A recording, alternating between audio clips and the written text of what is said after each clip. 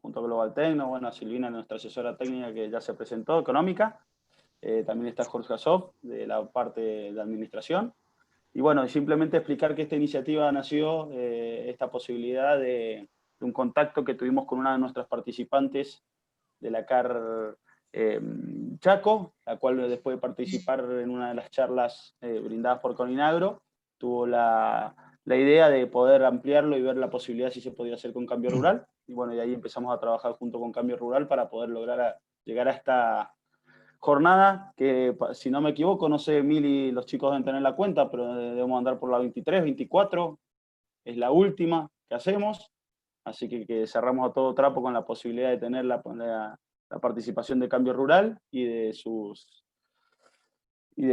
zonas y con colaboración del INTA. Así que sin más tiempo que perder, vamos a pasar a lo que es las presentaciones. Pido disculpas por el presidente que no ha podido, por cuestiones de agenda, estar presente, pero bueno, tenemos la posibilidad de contar con Nicolás Cardiño, nuestro consejero por la zona, es decir, por la Federación de Corrientes y la zona del NEA, de donde es la charla, y a su vez nuestro representante en el INTA. Así que Nicolás, si querés dar la apertura, todo tuyo. Gracias, Santi. Buenas tardes a todos. ¿Cómo les va? La verdad que, como siempre, es un placer estar compartiendo estas jornadas que es parte un poco del trabajo que hoy desde la virtualidad tenemos que seguir haciendo en territorio. Antes nos podíamos ver la cara y compartir un asadito tal vez y charlar un poquito más qué es lo que está pasando en cada zona y así afianzar un poquito, ¿no?, el trabajo que hace Coninagro. Yo no sé si todo está más o menos al tanto, pero bueno, Coninagro es una confederación de federaciones que en este momento tiene 9 federaciones adentro. Representa prácticamente a todas las economías regionales y a todas las economías extensivas del país. Tiene como objetivo principal la parte gremial, pero también apoyar a sus federaciones en el desarrollo de todo lo que sea los procesos de agregado de valor y bueno, y de trabajo con mancomunado para poder lograr de que nuestros productores sean los mayores beneficiarios, ¿no? Como bien decía Santi, yo estoy en Corrientes, en el sur de la provincia, pegadito ahí que un poquito más me empujan y caigo en Entre Ríos, pero bien correntino. Venimos de un sector productivo, una economía regional que es la citricultura. Hacemos ganadería, hacemos forestación, también se hace arroz, se hace horticultura, una zona muy activa, digamos, en el sur de la provincia de Corrientes, y con varias cooperativas funcionando de forma muy fuerte, algo que nosotros desde el sector y desde Coninagro venimos inculcando mucho porque entendemos de que sin lugar a dudas este trabajo mancomunado que se hace, el trabajo que se hace en conjunto a través de las cooperativas, a través de las instituciones que se van haciendo, hace de que podamos acceder a veces a mercados, acceder a distintos tipos de herramientas que al productor lo terminan beneficiando y nos ayuda a que las malas no sean tan malas y en las buenas nos vaya un poquito mejor. Entonces, con esas premisas, digamos, estamos trabajando. A mí me toca por 4 años estar representando a mi entidad, a Coninagro, en el Consejo Directivo Nacional de INTA.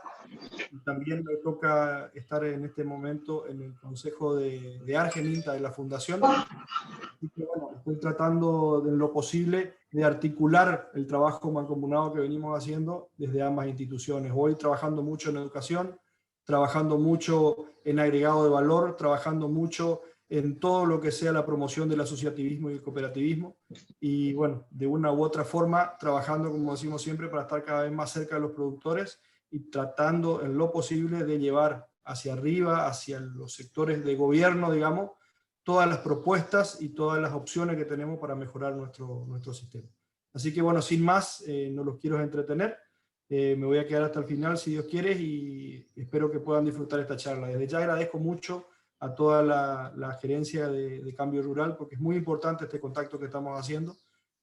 A través de las instituciones, llegar mucho a nuestros productores es fundamental, y estos son los lugares de intercambio donde podemos seguir trabajando y creciendo.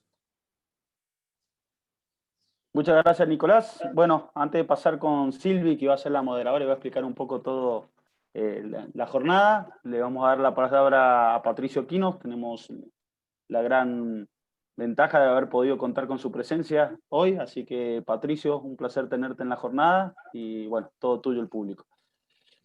Bueno, primero agradecer la invitación, este contacto con Coninagro y esta jornada de excelente calidad entre Global Tecnos y Coninagro. Me parece que jerarquiza la actividad y jerarquiza el programa. Decirles 2 o 3 cositas, una vinculada a que la ganadería de carne es diría, la actividad número 1 de Cambio Rural. Es digamos, la actividad que tiene mayor cantidad de grupos, más federal, porque está repartida en todos lados. Tenemos ganadería pampeana, ganadería extrapampeana, con números, digamos, con unos productores que colaboran, que completan, los bombardeamos a encuestas y las contestan, y ahí tenemos parte de nuestro equipo hoy que está ahora escuchando la charla, que le estamos poniendo números de precisión a la ganadería que se hace, en el NEA también. Contar un poco que el programa fue priorizado por la nueva gestión. Les parece que es una herramienta excelente para llegar al productor, como decía recién el director de Coninagro. Parece que es un excelente espacio para comunicarnos y para tener un buen aprendizaje. Y fue jerarquizado, y bueno, y estamos en movimiento. Digamos, tuvimos el parate vinculado a la pandemia, y que es parte de nuestra razón de ser, es juntarnos y compartir experiencias, que se ha habido un poco truncada, pero el programa sigue en movimiento, así que estamos muy contentos de esta articulación también. Sin tomar más tiempo, los invito al laburo, así que Milagros, o como siga el programa.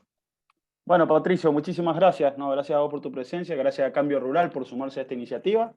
Y bueno, dada la parte formal, Silvi, como de costumbre, todo tuyo el público para la jornada. Muchísimas gracias, Santiago y Pato, que nos conocemos de otro ámbito laboral, así que la verdad que es un placer volver a encontrar Cambio Rural en Coninagro, especialmente en una charla. La verdad que es todo un desafío, porque son más inscritos de los que usualmente estamos acostumbrados a manejar en Zooms. Así que les propongo que, para que todos puedan participar y todos puedan hacer sus preguntas, lo vamos a hacer vía chat. Así que vamos a ser varios los que vamos a estar compilando las preguntas que vayan surgiendo. Ahora va a presentar Milagros. Milagros es técnica de Global Tecnos, como les dije, una consultora con la que trabajamos, y nos va a traer un poco los datos de mercado, que sea disparador del debate posterior. Y cuando Milagros termine, pueden ir volcando las preguntas en el medio de la presentación, no hay problema. Y después abrimos el espacio de consultas y preguntas, tratando de que las preguntas sean abarcativas de temas que les puede interesar a todos, y en el sentido de que sean abiertas. Nosotros esta jornada usualmente las diseñamos para que los productores puedan sacarse las dudas de la coyuntura y también puedan ayudarlos a pensar un poquito en el mediano plazo. Usualmente las hacemos en presencial, en tinglados, clubes, etcétera, y después hay un rico asado. Esta vuelta no va a estar el asado, por lo menos no está el delivery incluido. Me encantaría, pero todavía no llegó la función. Zoom no tiene el botoncito de asado, así que todavía no, pero creo que sería una buena idea. Tratamos de que sea lo más ágil y dinámico posible, en el sentido que sea como un ping-pong. También desde la Coordinación de Cambio Rural, si hay preguntas para ellos, también nos dijeron que se pueden hacer, por lo menos hasta ahora nos dijeron eso. Así que, si les parece, hacemos un breve repaso por los indicadores ganaderos con Milagros y después retomamos.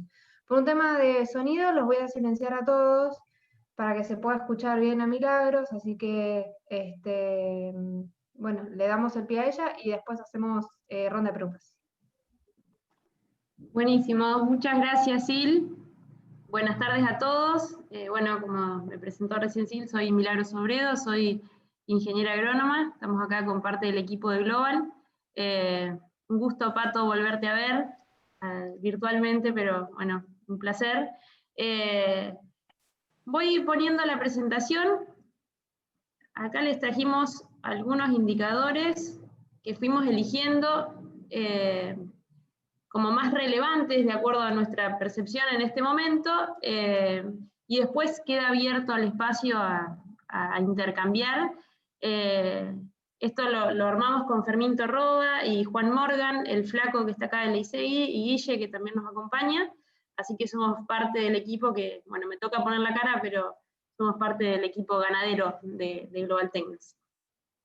Empezamos con indicadores ganaderos en tiempo de pandemia, ¿no? Así que esta pandemia que nos ha atravesado a todos y que ha cambiado muchas cosas de nuestra rutina, vamos a ver un poquito cómo ha ido impactando, cómo sigue impactando en el negocio ganadero, y también qué esperamos para adelante, ¿no? Vamos a tratar de ver dónde estamos parados, para después pensarnos para adelante dónde podemos seguir en la ganadería.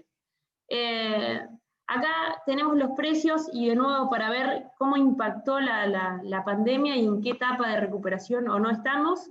Estos son los precios del novillo en distintos países, en dólares, y fíjense cómo en febrero, marzo, que entraron las cuarentenas y los problemas más graves de este lado del hemisferio, cómo fueron cayendo los precios en Argentina, que eso probablemente lo tengamos bastante percibido acá, ¿no? Esta fue en marzo, particularmente en Argentina, pero fíjense que lo mismo pasó en Uruguay, en Brasil, en Paraguay, y después empezaron las recuperaciones, ¿no? En algunos países más que en otros, pero el efecto pandemia y lo que vivimos acá también se vio en otros lados.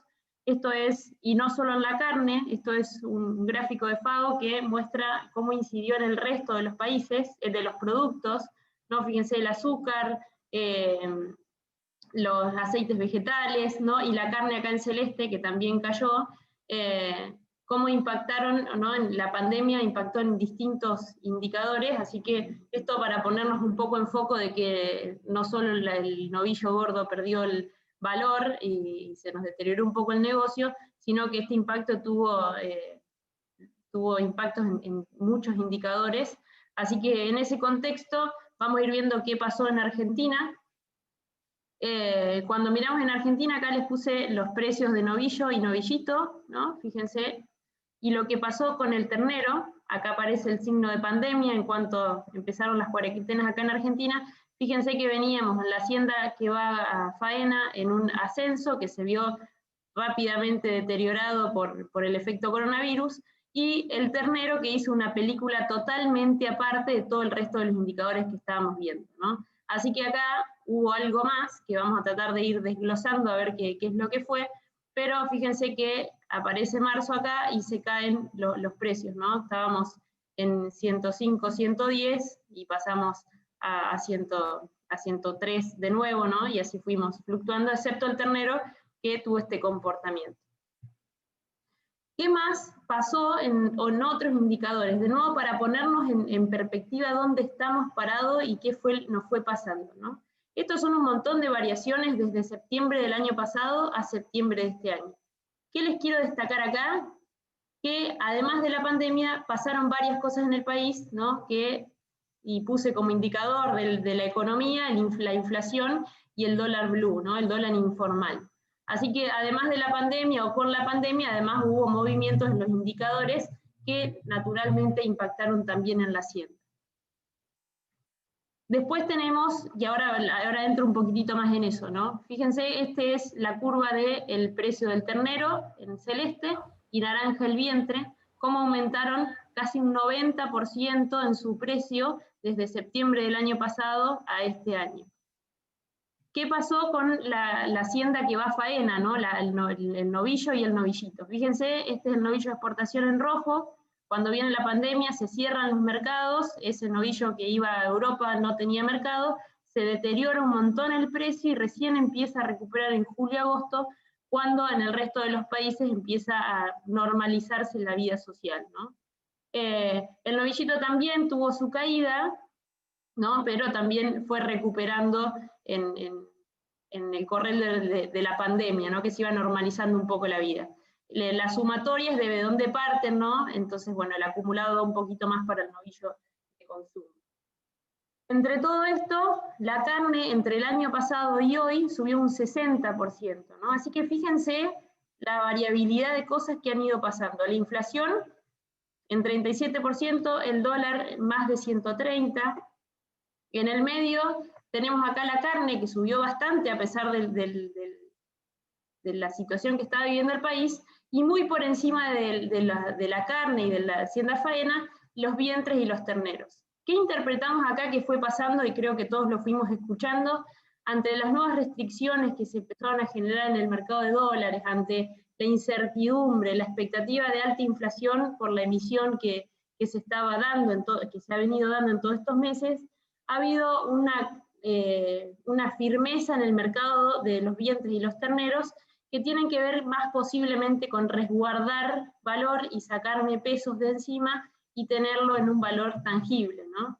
Entonces, en este sentido, vemos que la pandemia y los efectos económicos que han ido pasando en la ganadería han impactado en valorizar estas dos categorías que tienen que ver con categorías que son más bien de resguardo de valor, ¿no? Vendía esta hacienda y para no quedarme con los pesos, a pesar de que la relación compra-venta era bastante mala y desfavorable, me iba igual a tener kilos de carne, ¿no?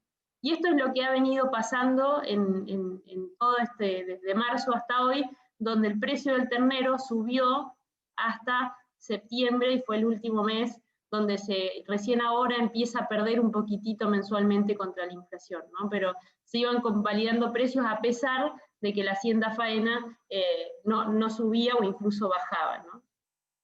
Ahora, entre todo este lío de precios, ¿cómo estamos, no? Si uno dice, bueno, el ternero está muy caro o está muy barato, para responder esa pregunta nosotros miramos cómo ha estado en pesos en relación a otros años, ¿no? En este sentido ponemos los valores en pesos contantes de manera de sacar el ruido que hace la inflación y poner todo a pesos de hoy, ¿no? Al poder de compra que tiene un billete de 100 pesos hoy comparado con otro momento, ¿no? En ese sentido, vemos que el 2018 y 2019 fueron 2 años muy malos, ¿no? Fíjense que son los precios más bajos de la serie, 2 años muy malos para los criadores. El 2020 recuperó muchísimo el valor, incluso en julio y agosto tuvo valores máximos, y acá también interesante, ¿no? Todos los años, en mayo, junio, cuando empieza a salir toda la zafra de los terneros del destete, entra el invierno, el criador se queda sin pasto, en general el precio del ternero baja, ¿no? Y en ese sentido este año no se dio, al contrario, en el momento en que todos estábamos esperando que bajara, el precio subió y subió y subió, ¿no? Por eso reafirmamos, ¿no?, que esta idea de que no ha sido la expectativa en el negocio lo que ha hecho subir el precio, sino el resto de las variables que generan mucha incertidumbre, y dijimos, bueno, evidentemente la gente decidió ir a un producto y sacarse un poco los pesos y convalidar estos precios que no tenían nada que ver con lo que estaba pasando en el destino final de la carne, ¿no? Como les decía, en estos 2 últimos meses el precio se ha quedado, ¿no? Ha perdido un poquitito contra la inflación, pero en términos de otros años estamos en valores muy buenos, ¿no? Como les decía, en julio estábamos en un precio máximo para ese mes. Cuando esta película la miramos en dólares, y esto es dólares oficiales, estamos baratos en dólares, ¿no? O sea, el 2018-2019 fueron para el olvido, para el criador, pero este 2020, a pesar de tener un muy buen precio en pesos, en dólares es una mercadería que está barata, ¿no? Y estos son los desajustes que se generan en la economía en momentos de tanta turbulencia. Así que esta es un poco la foto de dónde está parado el criador hoy con su producto para la venta, ¿no? ¿Dónde está parada el precio a faena, ¿no? Esto es un novillo de 430 kilos. Fíjense, como les contaba, el 2020 está siendo la curva negra, esta. De nuevo, 2018 y 2019 precios medios malos en relación a la historia, 2019 se venía recuperando, y bueno, pandemia acá, marzo, que se deteriora rápidamente, y todavía no se logran recuperar estos precios, ¿no? Así que en términos de precios hoy en octubre, estamos en una situación media en relación a otros años, ¿no? De nuevo, otra cosa que muestran estas curvas es la variabilidad de situaciones que vive un ganadero, ¿no? Fíjense la variabilidad de precios que transcurren a lo largo de los años. Pero bueno, hoy en términos relativos estamos en una situación media. De nuevo en dólares la situación es bastante mala, ¿no? O sea, solo estamos mejor que en 2018-2019, que fueron bastante malos en relación a lo que se solía vender otros años.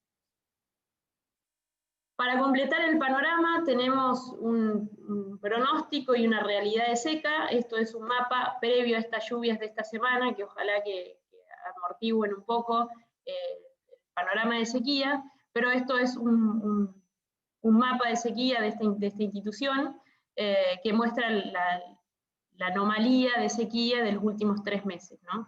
Así que sumado a esto tenemos un panorama de sequía y una relación novillo-maíz, ¿no? Muy deteriorada también, o sea que un maíz muy caro para lo que vale nuestro novillo, ¿no? Fíjense que el promedio es 10,8 y estamos en 8,5. Así que acá si no somos muy eficientes en convertir 1 kilo de carne con maíz, realmente se está perdiendo plata, ¿no? Entonces, tenemos todo este combo de situaciones donde la sequía además por ahí hace que las decisiones no sean, o sea, empezamos a hacer lo que podemos hacer y lo que nos conviene hacer. Y esta situación de novillo del precio del maíz, si uno piensa en suplementar ante la falencia, la verdad es que en la situación actual con el precio de la hacienda a la venta es bastante deteriorado, ¿no?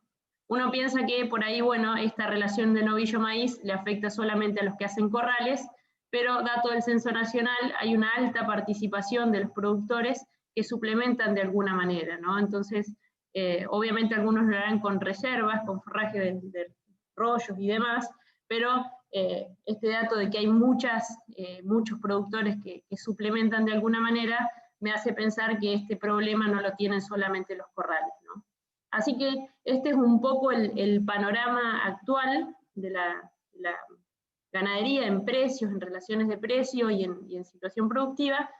Y ahora, antes de pasar a pensar cómo va a seguir para adelante, los invitamos a que nos cuenten ustedes qué es lo que están viendo y qué es lo que están percibiendo sobre la situación futura. Así que voy a poner una encuesta en la pantalla para que puedan ir completando, y las preguntas son: ¿cómo esperan ustedes que se comporte el precio del ternero hasta fin de año? El gordo, el precio del gordo, si suba, se mantenga o baje.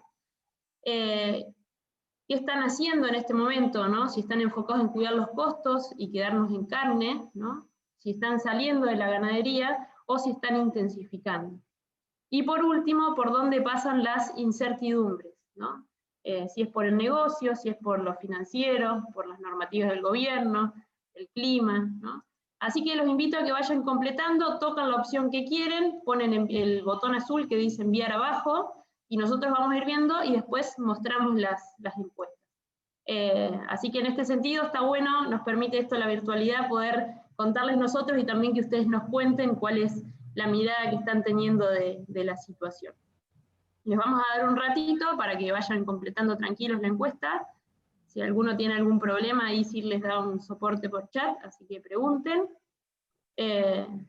Y después les mostramos. Si no ven la encuesta, avisen. Y el otro punto importante es que si hay técnicos en la sala, quizá pueden contestar sobre los productores que tienen contacto, o cuál es el clima que ustedes perciben en la zona en la que están. Eso estaría bueno también.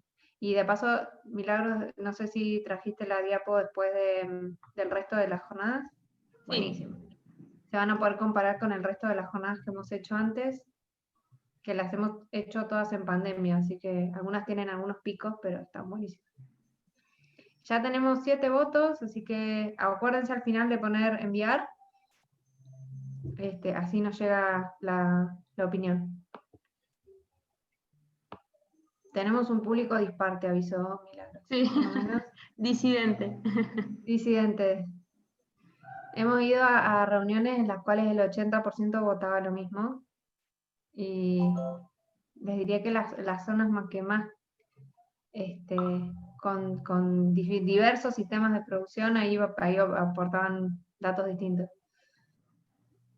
Está bueno porque los dejaba todos contentos, le decís al que sube y le decís al que baja.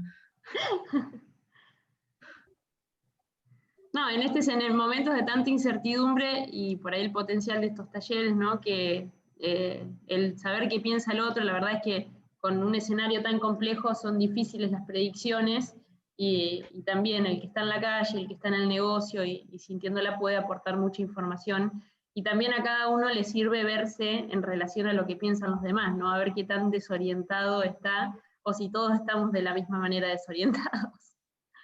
A mí te diré que de las preguntas la que más me gusta es la de cuál es, si mis decisiones van a ser Sí. quedarme o irme o intensificar, y la última, que más o menos es una catarsis guionada, que es cuáles son las incertidumbres que tenemos hoy. En otras etapas a mí me encantan los debates con productores porque podemos saber todos los problemas de una. En general en Coninagro nos dedicamos a gestionar ese tipo de cosas, así que a mí me divierte escuchar las visiones distintas sobre un problema. Lo ve uno de una manera y otro lo ve de otra. Así es. Los que no somos productores o técnicos, ¿nos abstenemos en la encuesta? No, yo creo que No. estaría bueno que también nos den su opinión. Me encantaría. Y si no saben nada de ganadería, no hay problema. Hacemos leyes de grandes números, no se hagan drama. En algún punto le van a pegar. Si te parece, hacemos medio minuto más y Dale. ya mostramos Genial. los resultados. Genial. Creo que genial. mi internet está dando un toque mejor, no sé por qué. Qué bueno. Bárbaro. Bueno, tenemos votos. ¿Cierro, Sil? Sí, cierre nomás y después, a ver, los que quieran hacer preguntas pueden ir haciéndolas en el chat, en la medida en que esté en línea con la presentación, las vamos a ir haciendo en el medio, yo se la hago a Milagros, y si es otro tema, la guardamos para el final. Pero sí pueden ir haciendo preguntas. Buenísimo. Bueno, cierro la encuesta y les muestro, ahí entró uno, justito, sobre la campana. Bueno, les muestro lo que piensan ustedes, o el testeo que hicimos.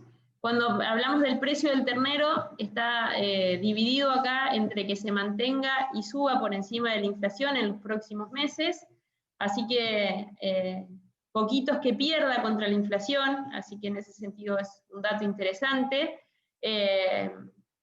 La verdad es que en primavera siempre sube, la inquietud acá es, como ya subió tanto, si va a poder seguir subiendo, y con esto que el gordo no termina de subir demasiado, si pueden seguir convalidándose los precios, ¿no?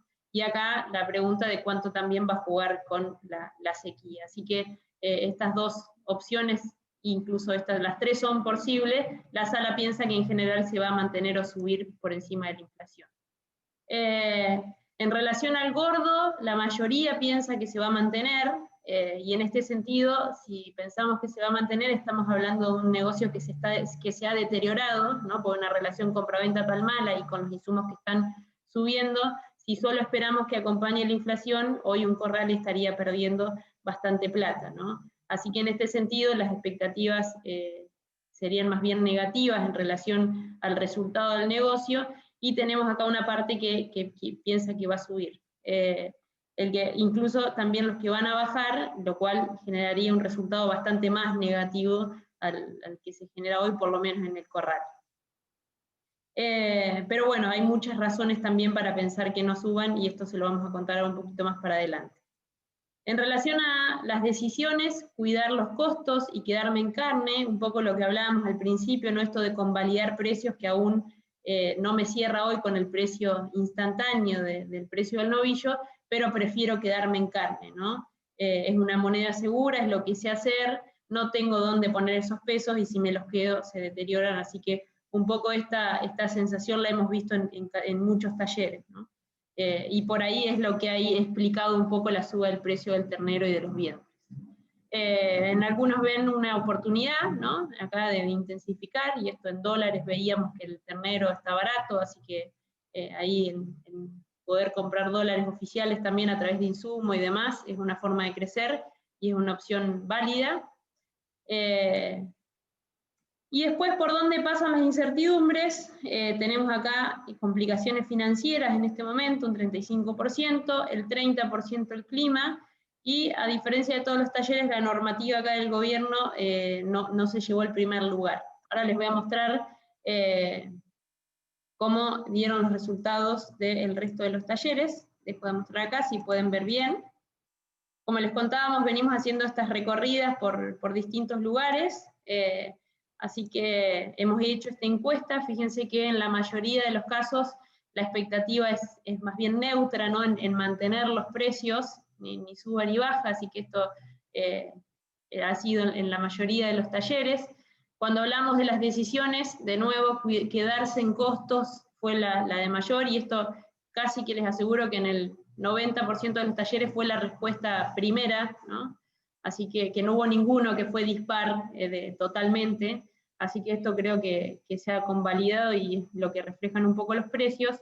En temas de incertidumbres, claramente el clima en otros momentos donde hemos estado en los talleres no ha sido tan incierto como hasta ahora, o preocupante, porque bueno, ahora estamos más transitándola efectivamente, ¿no? Y el resto de los talleres, mayoritariamente las preocupaciones tenían que ver con el marco político, ¿no? Con las normativas que se implementen que puedan afectar al negocio. Así que ese es un poco lo que piensan los que han participado de todas estas jornadas, y bueno, muchas gracias a ustedes también por aportar su visión.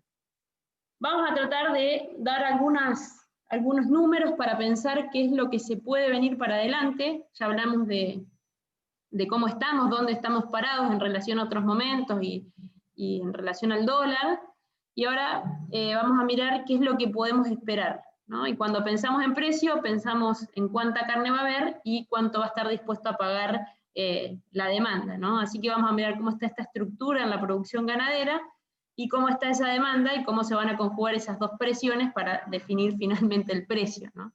Así que empezamos hablando de la oferta. Esto es la oferta en faena. Fíjense que la proyección habla de una faena muy similar a la que fue en el 2019, que es bastante más alta de la que veníamos teniendo del 2010 en adelante. En el 2009 tuvimos esta fuerte liquidación producto de la sequía y las malas expectativas en el negocio, donde hubo una oferta instantánea muy alta, liquidación, y luego nos comimos la fábrica, vendimos la fábrica, y hubo todo un periodo de recuperación de stock que hizo que la faena fuera baja, hasta que en el 2018-2019 elevamos nuestra capacidad de ofrecer carne, ¿no? En el 2020 estaríamos en valores altos, similares al 2019. Cuando nosotros miramos la faena, ¿qué es lo que nos interesa? Y para pensar si esto es poco o es mucho, lo que nosotros miramos es, bueno, ¿cuánto estamos faenando del stock que tenemos, ¿no? Si faenamos mucho stock, nos pasa lo que nos pasó en el 2019, en el 2009, que nos comimos ese stock y en realidad no es producción genuina, sino liquidación. Entonces la pregunta que nos hacemos es en qué lugar estamos parados, ¿no? Y para responder eso, lo que nosotros miramos es cuántas vacas se faenan del stock total de faena, ¿no? En el 2019 esa relación dio un 22% prácticamente, y tuvimos una liquidación de vacas, ¿no? Cuando esta tasa de liquidación está en 20, es una situación medianamente de equilibrio. Cuando se acelera, comemos muchas vacas, y el año pasado principalmente fomentado por las ventas a China, nos comemos parte de esa fábrica, y este año nos quedamos con 500.000 vacas menos, ¿no?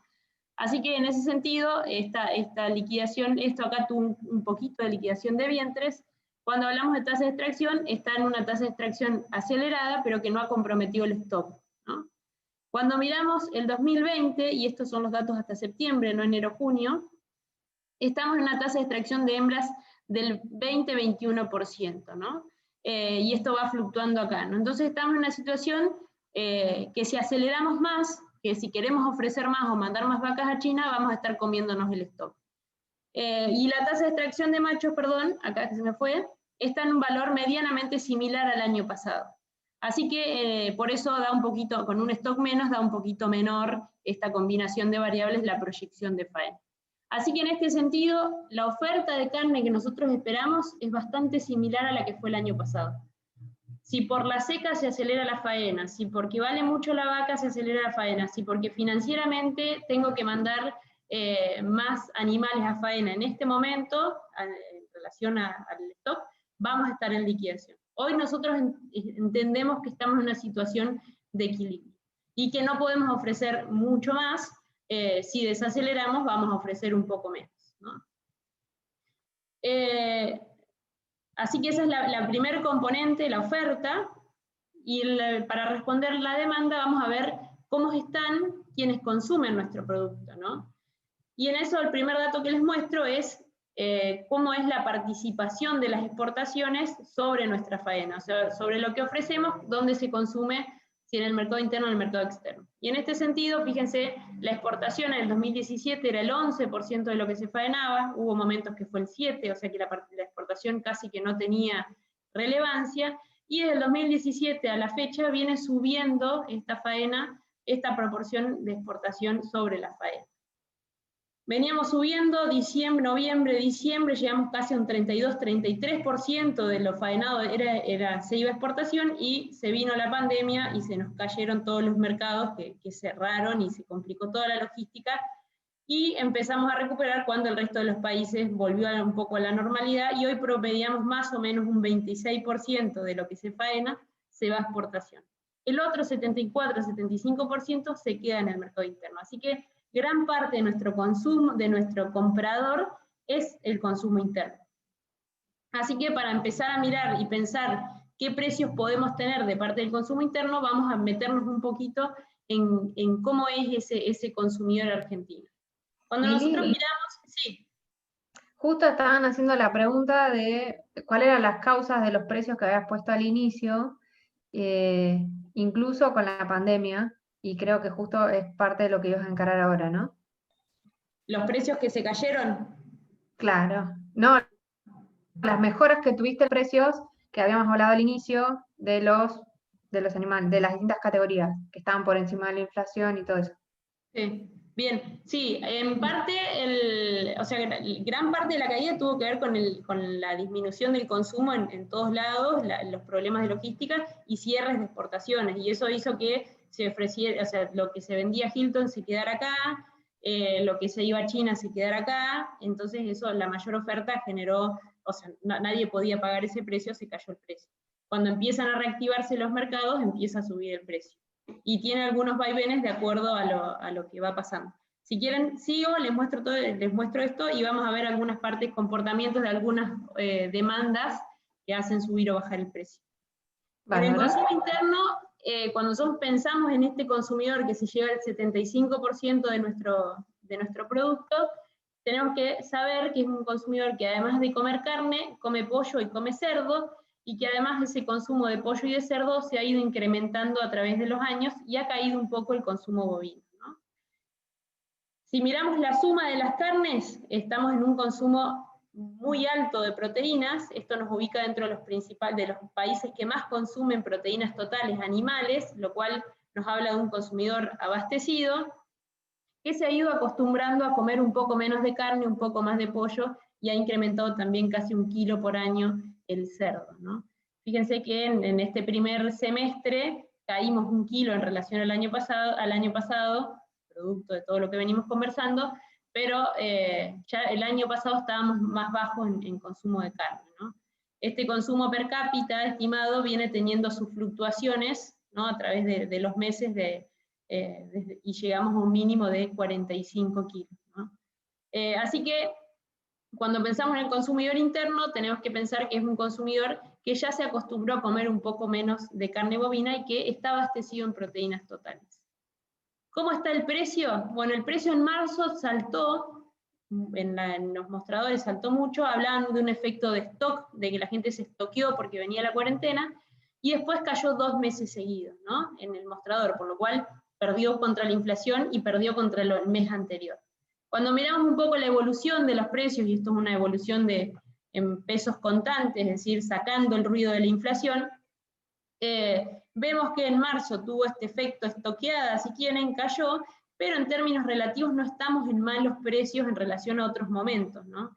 Así que si bien el consumidor tiene su bolsillo muy deteriorado, en términos relativos no estamos baratos o muy baratos en relación a otros momentos. Siempre queremos, o sea, nuestro número no da y nos gustaría que valga más, pero mirado comparativamente no estamos en malos valores en el mostrador. Cuando nos miramos con otras carnes, Estos son distintos cortes para la carne vacuna, carne de cerdo y carne aviar. El pollo ha tenido, se mantiene en precios bastante bajos, y la carne vacuna y de cerdo está ahí medio a la par. En algunos cortes el del cerdo le gana, ¿no? Obviamente ante esta relación, por ahí la gente prefiere consumir carne vacuna todavía, ¿no? Así que en este sentido, cuando uno mira cuánto más puede subir la carne vacuna, tenemos esta oferta de otras carnes para tener en mente, ¿no? Para hacernos ese mapa de decir, bueno, puede subir mucho más. ¿Qué va a hacer el consumidor cuando vaya a la carnicería y vea estos precios, ¿no? Así que desde el lado del consumo, la pregunta es si puede convalidar mejores precios. Nosotros entendemos que está abastecido de proteínas totales, que en toda esta pandemia hubo caída en el consumo de los bienes en generales, y los alimentos y los medicamentos fueron los que menos cayeron, pero el consumo, las medidas de consumo cayeron en todos los indicadores. El precio es bueno en relación a otros momentos, y tenemos el precio de pollo en pesos cuidados, por lo cual está bastante por debajo de la inflación, y el cerdo con la pregunta de si puede subir un poquito más por demanda internacional. Así que en términos de cuánto más puede convalidar, nosotros vemos acá una luz media amarilla, ¿no? En relación a poder convalidar precios mucho más altos. Como decíamos, la otra parte, el 75% de nuestra faena total, ese 25%, se va a exportaciones. Así que, de nuevo, para seguir armándonos el mapa de precios, les vamos a contar un poquito cómo está la carne. Esto es el complejo exportador en Argentina. Fíjense que en lo que va este primer semestre, el 71% de las exportaciones vinieron del agro, versus el 59% del 2019. Es decir que el ingreso de dólares por parte del agro ha tenido bastante relevancia este año. Acá está la carne, está acá, en el sexto lugar, ¿no? Esto es en valor, y fíjense que crecimos en volumen. Este circulito acá es el valor. Hubo una caída en el valor total de las exportaciones, producto de que la tonelada media exportada ha caído, ¿no? El valor de la tonelada. Así que esto, para poner un poquito en contexto, las exportaciones para la carne, para la cadena vacuna, representa el 25%, pero somos el sexto complejo exportador de Argentina, ¿no? Cuando miramos la evolución de las exportaciones, fíjense que veníamos de valores muy, muy bajos de exportaciones. 2018 y 2019, como veíamos, la exportación toma un montón de importancia, y lo que nosotros proyectamos para este año es que las exportaciones sean similares a las que fueron el año pasado. Como decíamos, a mismo valor de faena que el año pasado. Si queremos exportar más, va a ser en detrimento de la oferta del consumo interno. Así que podemos llegar a los 900.000 toneladas, sí, con 1 kilo menos de carne. Podemos llegar a los 950.000, sí, con 1 kilo menos de carne, ¿no? O sea, como que vamos, o sea, la faena medianamente es la que es, a no ser que haya, o sea, la exportación se va a aumentar o por más faena o por sacarle algunos kilos más al consumo interno. Así que en términos de exportación, nosotros tenemos medianamente esta proyección. ¿Qué es lo que exportamos? El principal comprador es China, el 73% de lo que fue este año fue China, y están pintados en colores similares de acuerdo al valor del destino, de la tonelada de destino, ¿no? Fíjense acá, el 74% se va a destinos de bajo valor, y el 8% a destinos de valor alto, donde la tonelada vale más de $9.000. Así que cuando hablamos de exportación, hablamos de destinos distintos, con valores distintos, y hoy de nuestro complejo el mayor volumen es de bajo valor. Como decíamos, el principal comprador acá ha sido China, así que vamos a hablar un poquito del consumo China, para tener un poquito la idea de qué estamos hablando cuando pensamos en China. Fíjense que aparecen un montón de otras proteínas en el plato chino, donde la carne vacuna en el 2000 tenía una relevancia de 4 kilos, y mayoritariamente comían carne de cerdo, ¿no? El consumo total, nosotros dijimos 110 kilos, ellos comían 70, en 15 años lograron aumentar un poco su producción, su consumo total, y están dentro de los países que más proteína consumen, y todo mayoritariamente a base de cerdo y pescado, ¿no? Y acá, en estos 2 años, 3 años, sí se incrementó bastante el consumo de carne bovina. ¿Qué pasó en el 2018? Apareció la gripe porcina, la gripe africana para la producción de cerdo, que le hizo caer muchísimo la producción de cerdo, lo cual afectó directamente el consumo interno de esos cerdos, obviamente. Así que la proyección para este año es que ellos no puedan recuperar esa producción, caigan en el consumo de proteínas totales, y que haya una redistribución de carnes, ¿no? Van a comer un poquito más de pescado, aumentaron la producción de los pollos, que tienen, es lo que reacciona un poco más rápido, así que van a comer un poco más, y van a comer un poco más de carne. Entonces lo que hemos visto en 2018, 2019 y también 2020, de esta voracidad de China por proteínas, tiene que ver con esta caída en su producción de cerdos que no pueden compensar, ¿no? Así que, y este efecto de la fiebre porcina va a continuar, así que la expectativa es positiva en relación a la demanda, ¿no? La estimación dice que van a importar casi 1,8 kg por cada chino que hay, ¿no? Así que hagan la cuenta multiplicando los habitantes de China por 1,8 kg de carne vacuna, y ahí nos podemos graficar por qué China aparece tan fuerte en todos los indicadores para consumo, ¿no? Como les decía, este es el gráfico de las exportaciones, de las toneladas exportadas en azul. Fíjense cómo crece 2018-2019, y la línea verde en el gráfico, en el eje derecho, son los dólares por tonelada exportada, ¿no? Veníamos con un crecimiento muy alto de las exportaciones hacia China, y también subía el precio, ¿no? Pasamos de $4.000 la tonelada a casi $5.500 la tonelada. En ese momento, era noviembre, diciembre, y el gobierno chino decidió que era un precio muy caro para su consumo interno, así que no iban a convalidar esos precios, intervino el mercado, ¿no? Sacó financiación a los importadores y demás, y tuvo una intervención que además lo ayudó ahí la pandemia, ¿no? Que se cerraron los mercados y se complicó toda la logística, y cayó abruptamente los volúmenes exportados y también el precio, ¿no? Así que hizo una intervención muy efectiva del mercado, donde esos $5.500 promedio pasaron de nuevo a $4.000, ¿no? Y hoy, en julio, llegamos al valor mínimo de la tonelada exportada en todos los años que le llevamos exportando a China, ¿no? Así que en este sentido, China es el primer importador de carne, así que es importante para nosotros y para todos los que exportan carne, porque se lleva el 20% de la demanda mundial, ¿no? Tuvo esto de la fiebre porcina que hizo que saliera a comprar vorazmente proteínas para sustituir esa pérdida de producción. Como les decía, van a importar esa cantidad, pero tenemos que saber que tiene relaciones comerciales un poco complejas, ¿no? Donde el gobierno interviene y tiene intervenciones efectivas, y tiene un consumo bastante diferente de lo que nosotros estamos acostumbrados a comer en nuestro plato, un bife, un asado, así que la forma de comercializar y de consumir la carne todavía está en cortes baratos, por lo cual, más allá de la intención del gobierno de que no compren carne cara, también hay una cuestión cultural de los cortes que se consumen.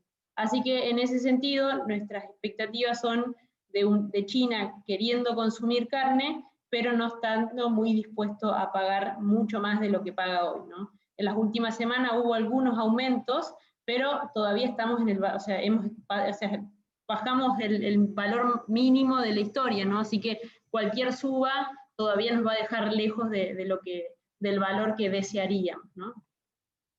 Así que eso es por el lado de China, como pensando en la demanda, una demanda fuerte, pero dispuesta a pagar poco por ahora, ¿no? Después, acá está la torta, ¿no?, de nuestras exportaciones. Decíamos el 73% a China, el 6% a Unión Europea, y esta es, de nuevo, el mismo gráfico con las toneladas exportadas, y el precio, de nuevo acá, febrero, marzo, efecto pandemia, que minimizó los envíos, y esto destrozó el precio del novillo de exportación, y empezó a recuperarse en los últimos meses, así que esto tuvo impacto, y las subas que se dieron en julio y agosto estuvieron principalmente explicadas por esto, donde tuvimos una mejora en los precios, que llegamos a $11.000 la tonelada promedio, esto es un muy buen valor, pero en septiembre-octubre ya empezó a caer, ¿no? Y aparecen los nuevos brotes de coronavirus en Europa, donde empiezan a hablarse y a ejecutarse nuevas restricciones que en Europa, como gran parte del consumo de esta carne premium que nosotros le mandamos, se consume en restaurantes, en hoteles, cualquier restricción a esos comercios impacta directamente en el consumo de carne, ¿no? Así que este entusiasmo y esta suba de precio que tuvimos en julio-agosto ya empieza a encontrar un freno, y semana a semana los envíos a Hilton vienen bajando, ¿no? Y el último dato eran algo de $9.000 la tonelada de Hilton, ¿no? Así que lo que va por cuota no Hilton es más barata aún, ¿no? Que también va a Europa, pero fuera de la cuota, ¿no? Después el otro destino tenemos Chile, que Chile ha tenido un comportamiento bastante normal en esta pandemia, así que eso es un valor medio y con envíos medio firmes. El otro interesante es Israel, ¿no? Al cual le vendemos carne kosher, que tiene como un protocolo de faena para cumplimentar con sus requisitos religiosos. Fíjense que tenemos envíos en pulsos, ¿no? Y esto tiene que ver con... Sí. Perdón, porque esta pregunta es más de lo que estás presentando ahora. Preguntan si los precios que están incluidos ahí de precio promedio son todos con hueso. Es el peso, es peso producto se llama, que es como el peso es una unidad, peso producto. Si es para equivalente res con hueso, hay que pasarlo, hay que transformarlo. O sea que si yo le vendo a Europa corte sin hueso, ese precio es de corte sin hueso. Sí, es el promedio de todo lo que se exportó, el valor es de todo lo que se exportó dividido todo lo que ingresó, ¿no? Ese es el dato que nosotros podemos acceder por INDEC. Ok, bárbaro. Después cualquier cosa le preguntamos a Álvaro si respondimos bien la pregunta. Dale. Y acá, o sea, está en todos los destinos, o sea, hay distintos, o sea, se manda con hueso, sin hueso, congelado, está el promedio de todos los cortes, ¿no? Que se mandan. Bárbaro, mil gracias. Y en Europa hay más congelado más enfriado que congelado, y entonces el valor puede ser más alto. Ahí nos puso ok, así que creo que la tenemos respondida. Genial. Israel, como les decía, esto de la faena kosher tiene sus envíos en pulsos, porque para certificar esta faena religiosa, dependemos de los rabinos que vengan a estar presentes durante esa faena. Entonces vienen en comitiva, certifican la faena y se generan estos pulsos de envío. Hay algunos rabinos que viven acá y que pueden mantener cierto nivel de certificación, que son estos mínimos acá que se mantienen, ¿no? Acá también, con un trabajo de Cancillería y demás, se vinieron en marzo y salieron todas las noticias, vinieron los rabinos, pudieron estar presentes, es el máximo que le hemos enviado, fíjense, agosto este es el valor máximo que le hemos enviado en la historia, así que en esto fue muy positivo. De nuevo, esto impactó en el precio, así que julio-agosto tiene Israel incluido, y a mediados de septiembre los rabinos se retiraron. Las noticias es que el embajador por Argentina está haciendo las gestiones y tienen intenciones de que se duplique los envíos a Israel, lo cual sería muy positivo porque genera integraciones muy buenas para los frigoríficos, ¿no? Son $7.000 por tonelada, pero principalmente se llevan el pecho, que en otros destinos tiene mucho menos valor, entonces genera un valor de integración muy bueno. Como les decía, las noticias son que los rabinos van a venir y esperan traer, en vez de traer 100, traer entre 130 y 140, lo cual ampliaría la capacidad. De acuerdo a lo que estuvimos viendo, parecería que duplicar los envíos no es factible, ¿no? Porque sería demasiado ambicioso, no lo vemos muy real, pero sí esto de la intencionalidad de que los rabinos lleguen y no poner complicaciones, sino soluciones, y que puedan venir más de los que han venido para ampliar los envíos de Israel. Así que en este sentido es una buena noticia, pero que va a impactar más bien noviembre, diciembre, si efectivamente llegan a venir esa cantidad de rabinos, ¿no? Así que el próximo mes no vemos impacto de este destino pensando en el precio, ¿no? Y después el otro Perdón, destino, Mili. sí. Esta es una pregunta personal que siempre la tuve. ¿Es un rabino por planta? Creería que sí. Creería que sí. Está ahí supervisando. Tienen un protocolo, ¿viste? De cómo degollarlo, cómo tiene que ser el sangrado. Tiene distintas cosas que tienen que certificar. La faena es muchísimo más lenta. Entonces, bueno, el frigorífico le cobra mucho más, o sea, traslada ese costo, y eso es lo que decían también, ¿no? Como que no todos los frigoríficos le es un negocio porque bajan mucho la tasa de faena, ¿no? Así que en ese sentido por ahí es para frigoríficos más bien medios que muy grandes. Bárbaro. Mil gracias, Mili. Después, otro destino que cobró mucha importancia este año fue Estados Unidos, ¿no? Que veníamos cerrado posterior a un brote de aftosa en el 2000, que la Argentina no fue muy claro en reconocerlo, y a partir de ahí Estados Unidos para la reapertura puso bastantes condiciones que por ahí no tenían que ver con cuestiones técnicas, sino cuestiones más bien arancelarias. Así que, bueno, fue un trabajo muy largo hasta poder ingresar nuevamente en el 2019 al mercado de Estados Unidos. Fíjense que los primeros envíos son con valores muy altos, porque estos fueron poquititos envíos en avión de cortes premium, pero sería más la normalidad, unos $5.000 por tonelada. Y acá de nuevo, julio y agosto tuvieron envíos bastante interesantes, pero en Estados Unidos nosotros tenemos una cuota de 20.000 toneladas sin arancel. Hasta agosto se habían enviado 18.000, y en los primeros 15 días de septiembre, que los datos no están publicados, pero ya sabemos que se cumplieron esas cuotas sin arancel, y todo lo que va por afuera de lo que es esta cuota tiene un arancel del 26%, ¿no? Lo cual nos deja bastante poco competitivos en precios, ¿no? Así que de $5.000 la tonelada pasaríamos a recibir 3.800, que es lo mismo que paga China por cortes de muchísimo menos valor, ¿no? Así que en ese sentido, o sea, lo que está por fuera de cuota casi que no tiene lugar para Estados Unidos. Así que fue muy interesante, pero de hecho estuvo bastante cerca, y hasta enero, que se abre la nueva cuota, Estados Unidos no tendría relevancia en el mercado argentino. Sí, como en futuro, como largo plazo, tener relaciones con Estados Unidos y tener abierto ese mercado permite abrir otros mercados, ¿no? Una vez que ya accediste a ese nivel, otros países se abren a la par, pero realmente sería deseable tener más cupo en este país, porque todo lo que está o sea, Australia tiene muchísimo más cupos con cero arancel, por lo cual les conviene comprarle a ellos, ¿no? Así que en este sentido, los precios de hasta agosto tuvieron la influencia de la oportunidad de Estados Unidos. Hasta enero del año que viene este destino no va a tener relevancia, por lo cual en ese sentido no es muy posible. Así que algunos pensamientos para cerrar esto, y dejo de compartir la pantalla, así nos vemos las caras y conversamos de las coincidencias y disidencias, preguntas que hayan quedado. Vemos que el precio del ternero es bueno, y del vientre también, y entendemos que hubo factores externos que influyeron en la suba y en convalidar esos valores.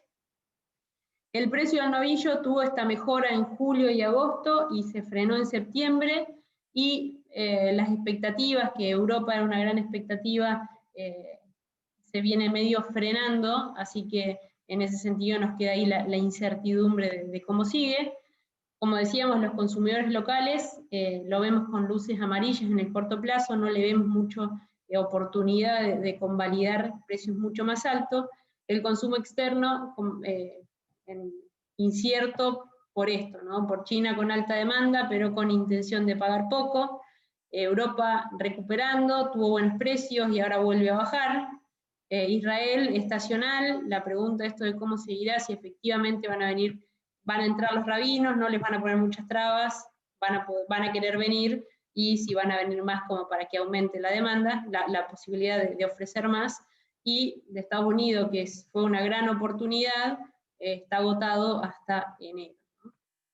Así que, si les parece, abrimos las preguntas.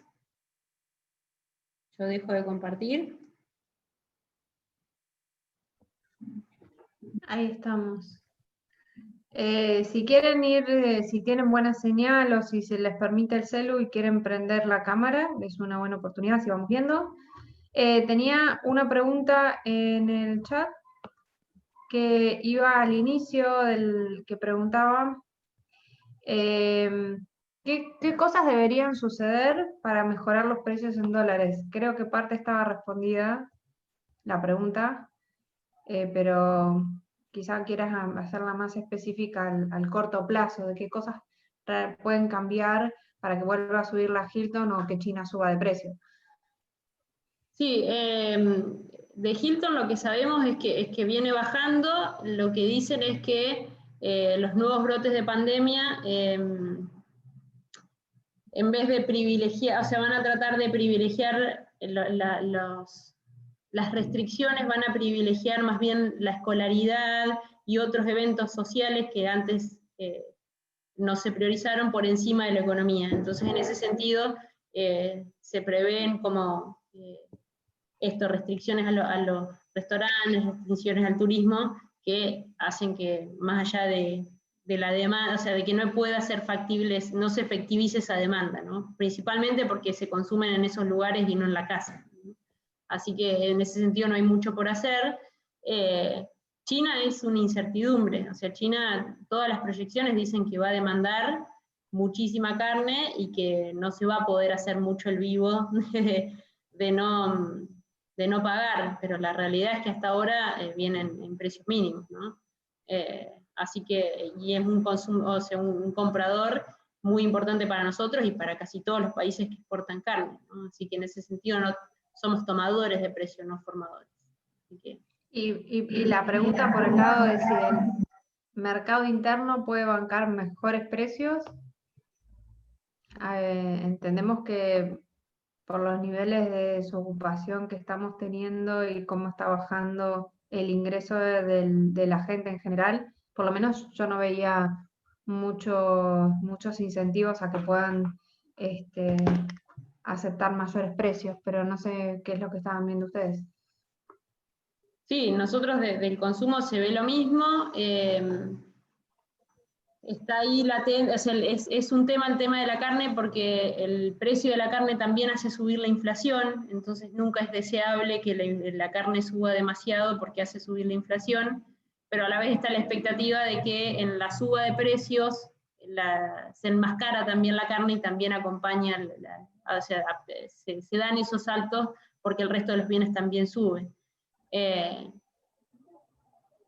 Por otro lado, de consumo tan restringido, ¿no?, ha hecho que algo traslade, y digo, si la exportación tracciona y pasamos a comer 47 kilos, me pregunto si, bueno, no estamos dispuestos, por eso comemos menos, pero hay que pagar un poquito más, o comemos, no sé. La verdad es que en términos fríos da la sensación de que no hay margen para que se pague mucho más. Y también juegan el resto de las carnes en el mercado. Me parece que la oferta de carne de cerdo y carne de pollo también ayuda a que no haya a que si hay subas no puedan reducirse un poco el consumo sin disminuir la cantidad de proteínas en el plato, ¿no? Sí. Te tengo Y el otra cerdo, pregunta, que podría sí. ser una carne que se coma un poco más, hoy está casi que igual que la carne vacuna, entonces no llega a ser un sustituto, y hay ahí algunos riesgos de brote de peste africana en Europa, lo cual haría que ya hubo algunos testeos en Alemania que van testeando las fronteras, y en animales salvajes encontraron algunos con peste porcina, y inmediatamente se cierran la exportación de ese destino, ¿no? Para prevenir, por más que no hubo granjas comerciales, y entonces ahí el tema del cerdo está ahí como latente, de si aparecen brotes y se cae la oferta, ¿no? Y hoy el negocio del porcino en Argentina, con los insumos así, creo que está bastante ajustado como para que baje el precio en el mostrador. No sé si tenemos alguno de ustedes hace cerdos y los envía a faena. Por ahora no. Bien, vamos con la otra pregunta. Preguntan si para el mercado interno los diferentes nombres de tipo de corte confunden al consumidor y cuánto crees que eso influye en el precio. Yo entiendo que en distintas zonas los distintos cortes se llaman distinto. Por ejemplo, en Buenos Aires no tenemos lo que le dicen pulpa, o cortes de bifes más específicos. La pregunta es si has leído algo o has escuchado algo de que eso puede influir en el precio final. No sé si el nombre de los cortes, ¿no? Sí que hay como asociaciones de calidad que no necesariamente son reales, ¿no? Pero que están como en el inconsciente. Entonces, si se pone ternera, podría valer más. Eso con la nueva tipificación se trató de eliminar, ¿no? Para promover, o sea, no fomentar el consumo del animal tan bajo, ¿no? de tan liviano, que es como para la cadena global es menos eficiente, pero sí, no sé si está tan formado el consumidor con el nombre y la calidad y el precio que paga, ¿no? Creo que hay como una idea de que sí, lo mismo de, por ejemplo, si es carne de pasto, eso está asociado a que tiene mejores calidades, hay una carne que está así, que se paga un poco más, pero de nuevo es una idea que no está validada por datos, sino por una percepción del consumidor. Así que yo creo que sería deseable consumidores más formados, ¿no? Que puedan pagar más por cortes mejores o castigar cortes de menor calidad, ¿no? Pero hoy es carne, es un bulto, ¿no? La carnicería lleva una media res, no importa qué hizo el productor antes, y tampoco, o sea, a no ser que sean cosas muy burdas, lo castiga el carnicero al frigorífico, el frigorífico al productor, pero no lo paga el consumidor, eso no llega, ¿no? Me parece que la información entre el productor y el consumidor es nula, o sea, esa cadena de información está cortada completamente. Lo cual nos posiciona en un lugar o sea, creo que ahí hay una oportunidad a captar, ¿no? En este momento donde el consumidor no tiene un peso en el bolsillo, dudo que podamos captar mucho de ese aprovechamiento, pero digamos, en el largo plazo me parece que es algo que va a ir avanzando, ¿no? El IPCBA suele sacar informes de cómo está reaccionando el consumo a los distintos cortes, y es muy interesante, hizo uno que les recomiendo, si quieren después les paso el link, sobre la pandemia, y que había aumentado mucho el consumo de cortes para cocinar en casa, al horno, en detrimento de los cortes que son más para parrilla asado, básicamente en la pandemia uno está más restringido en hacer ese tipo de eventos y usar ese tipo de cortes. Entonces, las milanesas están carísimas y los productos que tienen, y el asado de tira está regalado. Eso duró poco. ¿Querés que muestre? Pues los había puesto por las dudas a ver cuánto tiempo, pero digo, si querés muestro 2 datos de esos informes para que después los miren, porque tenemos la idea de que el consumidor argentino es un fanático de la carne y que es casi que un consumidor rehén, ¿no? Que nos va a comprar siempre y que además esperamos que nos pague un poco más. Y el IPCBA en estos informes que contaba Sil, relevó, por ejemplo, este dato. Después les pasamos la presentación y va ahí al fondo. Lo había puesto, pero digo, no sabía cuánto tiempo no quería robar el espacio de preguntas. Pero fíjense, se les preguntó si se identificaban, estos son 1000 encuestados, mitad varones, mitad mujeres, y repartidos en distintos, o sea, bastante homogéneamente en distintos puntos de Argentina, ¿no? Y se le preguntó si se identificaban con alguna corriente de consumo, ¿no? El 66%, la gran mayoría, más de la mitad, como lo quieran ver, respondió que no tenía no se identificaba con un nombre en la alimentación o en su dieta, ¿no? pero un 34% sí, ¿no? Y del 3% era vegetariano, el 2% vegano, y el 29% flexitariano. Es decir, que comía carne en algunos momentos y tal vez más en asados con amigos que por una decisión de comer carne en su casa, ¿no?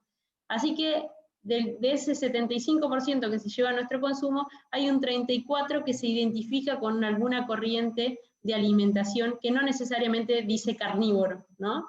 Así que esa es la primera. Y la segunda, se agruparon, ¿no? El nivel de, a ver si es ese, el nivel de satisfacción, ¿no? De cuán contento estaba con el producto, y cuán retenido estaba, o están dispuestos a quedarse o no como consumidor de carne, ¿no? Entonces, el primer dato, bueno, tenemos un 80% que está medianamente satisfecho, ¿no? O más satisfecho que el resto. Hay una parte que no está satisfecho, ¿no? Y de ese de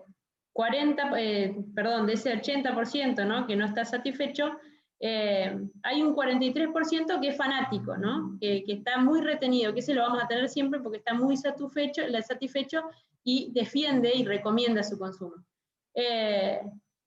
Pero hay un 40% que no está satisfecho, pero podría dejar de consumir y pasar a consumir alimentos más baratos. Así que esto para mí es un dato interesante, porque le sumamos a un 7% que en realidad no se va porque no sabe cómo sustituir su proteína, ¿no? Así que, no sé, me parece interesante para tener en mente cuando pensamos en ese consumidor argentino, pensamos en su bolsillo, pensamos en cómo va a comprar, qué sabe, del corte que sabe, qué va a comprar y cuán dispuesto está a pagar un poco más, un poco menos. Además, estos datos del IPCA me parecen muy relevantes para, de nuevo, no estamos hablando de diciembre, no estamos hablando de junio del año que viene, estamos pensando en la cadena a largo plazo. No, muchísimas no estaba gracias. arreglado esto de que sí nombraba el informe, pero de verdad lo había puesto porque dije, sí, me parece que son cosas como para ir teniendo en mente, ¿no? Sí, prometo que esto no estuvo arreglado. Hay otras cosas que sí, pero esta no. Bien, vamos con la siguiente. Dice, quería preguntarles qué tipo de cambio toman para el análisis de los precios y en qué se fundamentan para elegirlo, digamos. Cuando pasás de pesos a dólares, calculo que están viendo, ¿no? Sí, es un lío. Nosotros tomamos el precio, o sea, dólar oficial, porque también tomás dólar oficial para compararte con otros países, y bueno, es la moneda, o sea, ese es el dólar oficial. Después cada uno cuando va a hacer su cuenta, si tiene dólares en su casa y los va a vender, obviamente no está comprando un ternero a $1 y piquito, no me acuerdo, $2, no me acuerdo cuánto estaba en la curva, lo está comprando muchísimo más barato, digamos, porque por ese dólar le dieron 180, no 90, ¿no? 130. Es una complicación en Argentina los análisis con dólar y demás, porque, bueno, ¿cuál es el real? Incluso si debiéramos sacarle la retención, ¿no? Para hacer efectivamente lo que percibe la industria. Sí, o sea, son incompletos los análisis, si se quiere, en ese sentido. Habría que agregarle, pero depende para qué, ¿no? Para qué dólar tengo yo o con qué dólar me voy a comparar. De nuevo, la industria te va a decir, el dólar oficial no es el que me pagan a mí, porque a mí además tengo que pagar la retención. Quizás si Diego Fernández, porque hay varios Diegos, si Diego Fernández está conectado y quiere ampliar sobre qué punto estaba tratando, si es para hacer un balance, si es para pasar de un ejercicio a otro, le podemos dar una mano con el dólar de referencia. Y mientras, Diego, si aparece, vamos con la siguiente, ¿te parece? Ahí está prendiendo la cámara. Hola, Diego, te mandamos re al frente. Buenas tardes a todos, ¿cómo están? ¿Cómo estás? Está bien, viene bien la participación. No, sí, la verdad es un poco, la idea es tener un análisis comparativo de distintas gestiones, de ejercicios, mejor dicho, ganaderos, ¿no? Y para eso, para comparar peras con peras y no peras con manzanas. Por ahí ya hemos vivido antes un desdoblamiento cambiario, pero quizá con una brecha no tan alta como la que se está viendo ahora, y con una volatilidad tan grande llega un punto que hasta uno empieza a dudar de cuál tipo de cambio terminar tomando. Por eso era la consulta era más que nada como para también fortalecer los análisis míos con alguna idea más, básicamente. Pero creo que fue bastante claro en el sentido de que cuesta ser claro con ese tema. Nosotros, o sea, por eso, para mostrarlos, ponemos esto. Nosotros a veces cuando estás haciendo un análisis, bueno, ¿cuál es la realidad? O, viste, por ahí haces un promedio, porque también el blue es un mercado, o sea, informal, que además es más chico, viste, la referencia no sabes qué referencia es, porque en realidad ese es un valor que se... Entonces, a veces, para no perder tanta relación, porque si es irrisorio este valor de dólar, pones un dólar promedio, viste. Yo creo que para guardarla, sí, y si no tenés que ir dejando los dólares aparte y vas transformando de acuerdo al análisis que tenés que hacer. Pero para mostrarlos, nos gusta mostrarlos en el oficial. Parece un poco... Perfecto. Y hay veces que lo que hacemos es pasarlo al oficial y lo pasamos todo a pesos y después lo ajustás por inflación y tenés una moneda constante. Claro, yo vengo haciendo justamente eso. Por eso también les pregunté la fundamentación de por qué lo hacían. Está, gracias, muchas gracias. Nada, nada. Gracias. Y ahora va a empezar a salir el dólar celeste igual, que es el mezclado entre el dólar contado con liquidaciones y el dólar blue. Y te queda el celeste. No, en serio, no es joda. Está saliendo. Preguntan si el contado con liquidaciones es legal. Sí, es legal. Es Bien, legal, puede ser de referencia. También, viste, cuando decís si no lo usás, ¿para qué te sirve ponerlo, viste? Pero sí, si quisiéramos tener una fuente legal, es una referencia tal vez mejor que el blue, ¿no? Si es un negocio de exportación, se suele usar el dólar que utiliza el exportador. Si es un negocio de importación, se suele usar el dólar que usa el importador. Hay veces que hacen un combo, porque no lo hacen todos con la misma manera, y ahí vamos al promedio que decía Milagro, que es la manera más para conformar a todos, digamos. Si tenés a alguien en el grupo que quiere valorizarlo con el blue, lo neutralizás. Bien, vamos con la siguiente. En el caso de que salga el acuerdo con China por las granjas de cerdos para exportar, ¿afectaría la producción de carne nuestra o van por canales paralelos? Esta nos la hicieron en otra charla porque cada vez que salen las noticias del tema del cerdo suele ser una de las preguntas. La exportación. De cerdos para exportación, sí. El acuerdo con China en teoría iba a implicar que se iban a instalar, no me acuerdo cuántas madres, con una inversión millonaria de China, que va variando, depende de los anuncios, y que en teoría se iba a cerrar ahora en noviembre, el protocolo. Varios gobiernos provinciales han salido a la pesca de esas inversiones, entre ellos Santa Fe, Córdoba, Buenos Aires, así que la verdad que es todo un tema, todavía no es nada cerrado, ni contrato firmado. Mili, no sé si eso crees que de implementarse puede afectarnos o no. La verdad es que no. Flaco, ¿vos tenés alguna opinión? A priori me parece que la demanda es distinta, pero no sé en términos de la cantidad que se exporta, siempre por los acuerdos de que te exporto, tengo que importar, ¿no? Siempre hay como esos acuerdos entre países. Y ahí no sé, Flaco, cómo es. Si China estaría dispuesto a una balanza comercial tan desbalanceada con Argentina. ¿Flaco?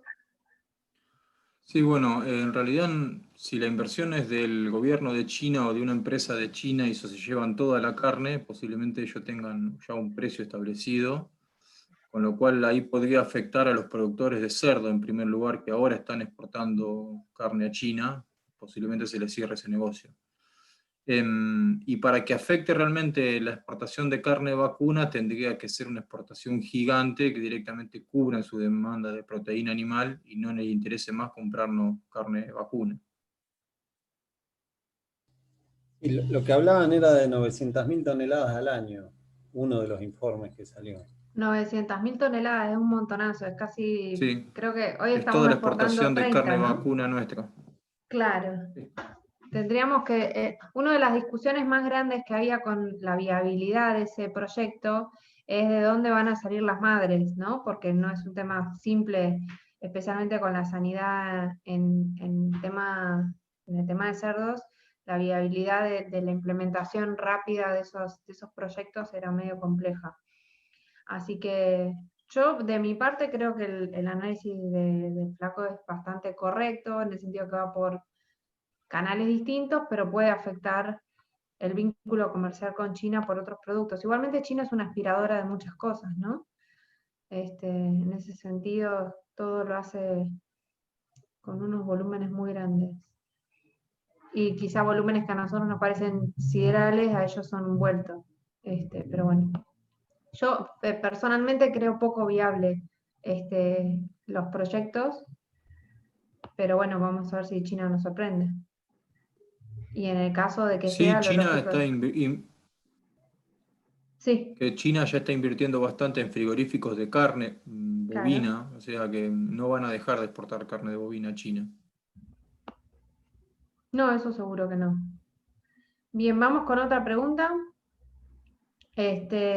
Víctor se despidió y preguntan, si se apunta a una venta de carne bovina pastoril, calcula el estilo cuota Hilton, o de producción agroecológica, ¿eso generaría nuevos mercados externos? Pregunta Guillermina. A ver, conceptualmente, todos los mercados parece que apuntan a cosas más sostenibles, que tengan más información de lo que se hace, que eso sea amigable con el ambiente. De ahí a que lo paguen, todavía vemos un abismo, ¿no? Incluso acá en Argentina está el de carne de Carrefour, que es carne de pastizales, tiene un acuerdo con productores que les pagan, creo que un 10% por encima del precio máximo de Liniers del día que venden, ¿no? Un acuerdo que tienen, ya eso empieza a cubrir la cuota de la gente que quiere consumir esa carne, porque ya no tienen muchas ganas de sumar nuevos productores, y no es netamente agroecológica, es carne de pastizales. Así que, por lo menos en el mercado interno, se siente una demanda, la gente cada vez pide más, al momento de pagarlo no hemos visto que ese valor se transfiera.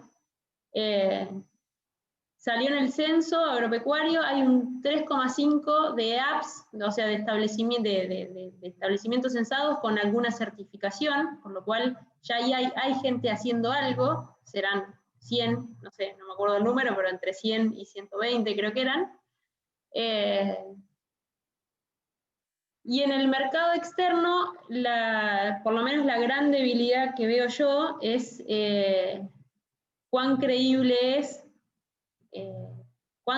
somos como país para certificar eso, ¿no? Y en ese sentido creo que tenemos un desafío muy grande de si hay gente dispuesta a pagarlo en el mundo, poder ofrecerles eso, pero además que nos crean y que podemos cumplir con eso, ¿no? Y el primer ejemplo que se me viene a la mente es la cuota Hilton, donde nos comprometimos o sea, tenemos un contrato y un compromiso donde SENASA es el veedor y el responsable que eso se cumpla, de que no son animales con base totalmente pastoril y grano solamente en emergencia, de producción propia, o sea que es, y sabemos que eso tiene sus agujeros enormes, ¿no? Entonces, en ese sentido, creo que hay mucha movida para que eso pase, que posiblemente haya gente dispuesta a pagar por eso.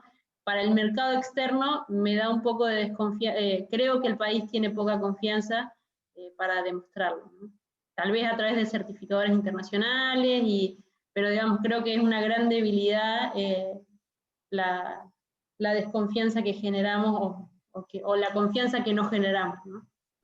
Te agrego algo, en general hay organismos internacionales donde se ponen, o sea, los estándares de certificación no los ponemos nosotros, en general los pone el comprador, sobre todo en un mercado externo, y más en un mercado externo en el que uno quiere incurrir o quiere iniciarse. Entonces muchas veces sellos que son propios nuestros y que no están validados internacionalmente, como son las iniciativas agroecológicas, son difíciles de validar comercialmente. O sea, eso no está incluido dentro de los parámetros que te toma. ¿Cómo? ¿Sí? En Argentina se conformó hace, creo que tiene 2 años de inicio, o sea, de haberse empezado la iniciativa, y hoy ya está conformada con instituciones, con un técnico responsable, la Mesa de Carne Argentina, la Mesa de Carne Sustentable de Argentina, ¿no? Que es una movida global donde cada país define qué es carne sustentable, es una movida que anticipa toda esta demanda, donde el país, o sea, donde esta mesa, que está conformada por distintos actores, donde hay muchas empresas privadas, porque es una cuestión más comercial que movida del país institucional, donde la Argentina define, ¿no?, qué es para Argentina carne sustentable.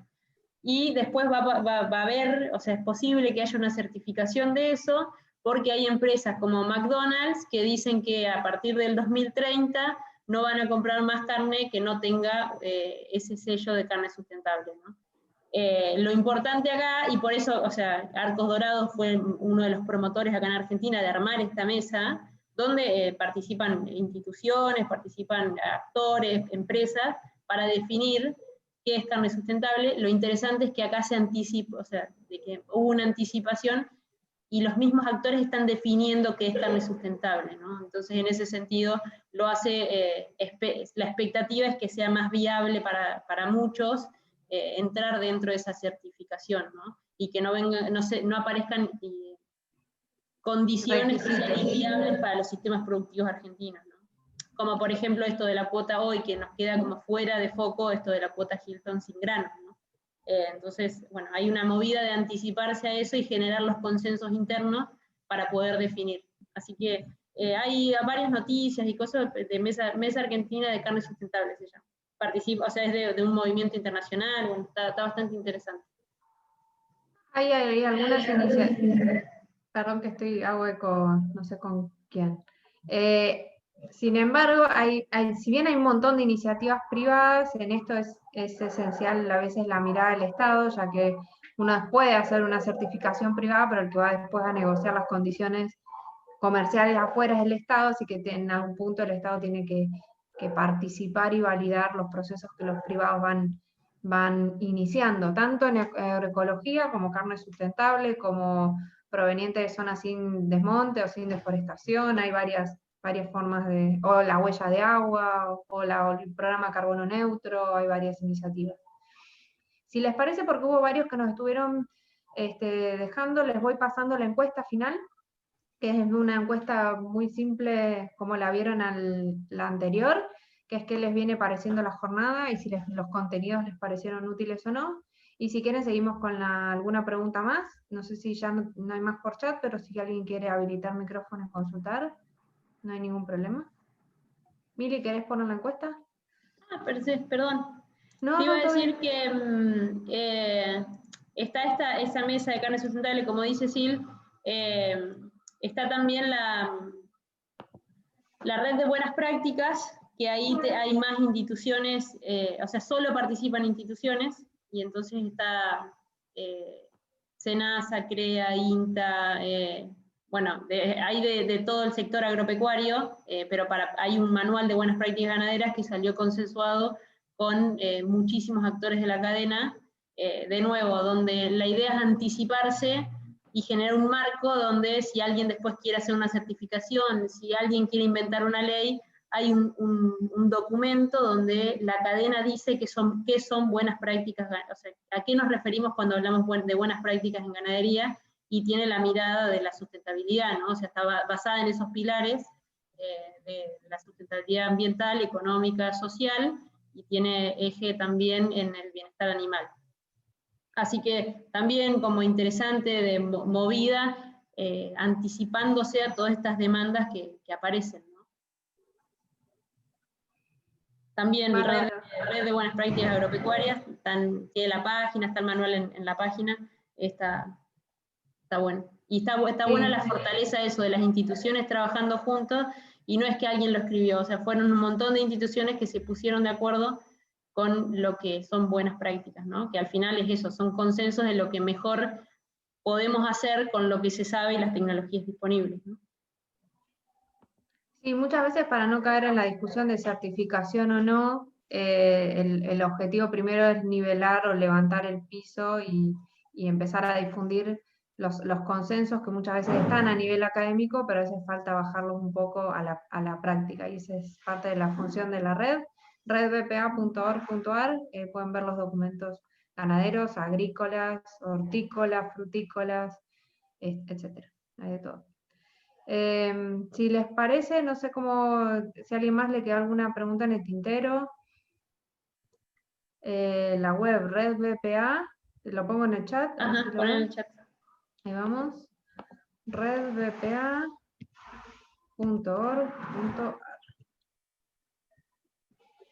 INTA es parte, el Ministerio de Agricultura es parte, Coninagro también, CREA también, APRESID también. Así que tenemos, es como el grupo de instituciones trabajando en conjunto, no tiene personería jurídica, así que es un espacio de trabajo en buenas prácticas. Generalmente nos peleamos bastante, así que es bastante divertido. Así que por lo menos a mí me divierte. No sé si hay alguna pregunta más, ¿no? Estamos, Sergio, no sé si querés agarrar el micrófono para cerrar o cómo. Me habéis hecho señas de que sí al inicio. Sí, ¿qué tal? Muy buenas tardes a todos, ¿cómo están? La verdad que fue una excelente charla. Gracias, Silvina, gracias, Mili. Patricio se tuvo que retirar antes, así que me dejó la responsabilidad de hacer algún comentario final, si es que no hay alguna consulta más, ¿no es cierto? Porque realmente estuvimos expectantes viendo esta información y considero que es muy valioso siempre recibir este tipo de información en momentos en donde hay que parar la pelota, como quien dice, ver un poco el panorama, conocer cómo venimos viniendo, ¿no es cierto? Porque hay que conocer no solo la foto, sino la película, y después proyectarnos hacia adelante con faros largos, como dice un amigo mío, siempre desde el punto de vista empresarial. Tengo que agradecer primero a Coninagro y a todo el equipo, allí con Silvina, con Mili, después también Santiago, Flaco y Guille, la gente de Globatech, la verdad, y todo el equipo de Cambio Rural también, y por la iniciativa de Ivana que es miembro ella es representante de un grupo Cambio Rural de acá de Sáenz Peña, así que la verdad que recontra contento. Y hacerles un comentario un poquitito sobre el NEA. En el NEA tenemos 100 grupos de cambio rural, y de los cuales de los 100 el 30% son ganaderos. Esos grupos ganaderos, si ustedes me dicen, bueno, caracterizarlos en forma rápida, les puedo decir que más del 75% son de cría. Y por allí un poco más se extienden a una cría-recría, que hace que dentro de todo estén manejando el precio del ternero como un tema muy importante a considerar en cada momento con respecto a la proyección de los mercados. Yo quisiera hacer un pantallazo, ¿no es cierto? Un poco, siempre la mirada hay que hacerla desde el punto de vista tranqueras adentro y tranqueras afuera, porque hay que hacer actividades tanto en un lado como en el otro. Tranqueras hacia adentro, sabemos muy bien que estamos en un contexto de sequía y hay muchas cosas para hacer con respecto a prepararnos para mantener ese rodeo, para que esté productivo, incorporando tecnología. Bueno, estamos un poquitito apretados con el tema de los precios de los alimentos, ¿no? Y esa agua que no está viniendo, y sabemos que si llega a venir en abundancia no llueve pasto. Y tranqueras afuera, bueno, bien lo ha dicho Mili, me pareció un informe bastante concreto y completo con respecto a lo que es el mercado. Veo que el tema consumidor, el consumidor se va a mantener, o sea que con respecto a quien nos compra la comida, la carne, que es lo que nosotros producimos, se va a mantener firme. Y los mercados externos de alguna forma tienen distintas características, como recién, no voy a repetir la charla de Emily, pero es como sacar en limpio líneas generales y poner faros largos hacia adelante. Yo creo que tranqueras hacia adentro, una tarea muy importante y que la promovemos mucho con los grupos Cambio Rural, es el control de costos y el cuidado de costos. Yo creo que en esto va a haber mucha importancia hacer hincapié, por lo menos en los... ahí está. En los presentes con respecto al tema control de gastos, con respecto al uso de registros y analizar los costos junto con los asesores. Es una instancia que nos debemos hacer mucho hincapié en esto, y bueno, la mirada hacia futuro será la planificación y con respecto a este contexto que pueda llegar a cambiar. En definitiva, nosotros nos vamos a encontrar preparados con las decisiones que tomemos tranqueras hacia adentro. Así que, de más está decir esta característica y después agradecer grandemente a todo el equipo, al equipo de Cambio Rural Local y, bueno, por supuesto, a todos ustedes que han estado presentes hoy y que siendo la hora en la que estamos en este momento, todavía estamos prendidos escuchando la charla. Así que muchísimas gracias de parte de Patricio por Cambio Rural y, como siempre, ¿no es cierto?, abiertos para continuar con esta iniciativa. Muchísimas gracias, Sergio. Es verdad, gracias, Ivana, que nos hiciste de nexo, y creo que salió una excelente charla. Yo, por lo menos de mi parte, me llevo más preguntas de tema de consumidor que las que tenía al inicio. Así que, de mi parte, muchísimas gracias por la participación, por las preguntas. Me quedé pensando en la pregunta de Diego de cómo comparar gestiones. Quizá, perdón, paréntesis. Ustedes saben que el pensamiento no es lineal, a veces que da vuelta uno y vuelve. Quizá lo puede hacer en kilos de carne, así deja datos concretos y no se ponen a hablar del dólar. Así pasa toda la gestión a kilos de carne. Igual les digo, la idea no fue mía, me la pasaron, así que nada más hago de locutora en esto. Muchísimas gracias. Si les parece, son casi las 8, tienen tiempo para la cena, para el resto de las cosas, así que espero que les haya gustado, que haya sido dinámica, y que nos volvamos a encontrar en otra oportunidad, tanto por este tema como por otros temas de grupos en cambio rural y cooperativas. Creo que es un trabajo continuo, así que no. Si les parece, les agradecemos un montonazo, y no sé si alguien más quiere agregar alguna palabra, ¿o estamos? Muchas gracias a todos. Gracias. Gracias, Luis. Gracias. No, muchas gracias. Flaco. Muy interesantes las Gracias. preguntas.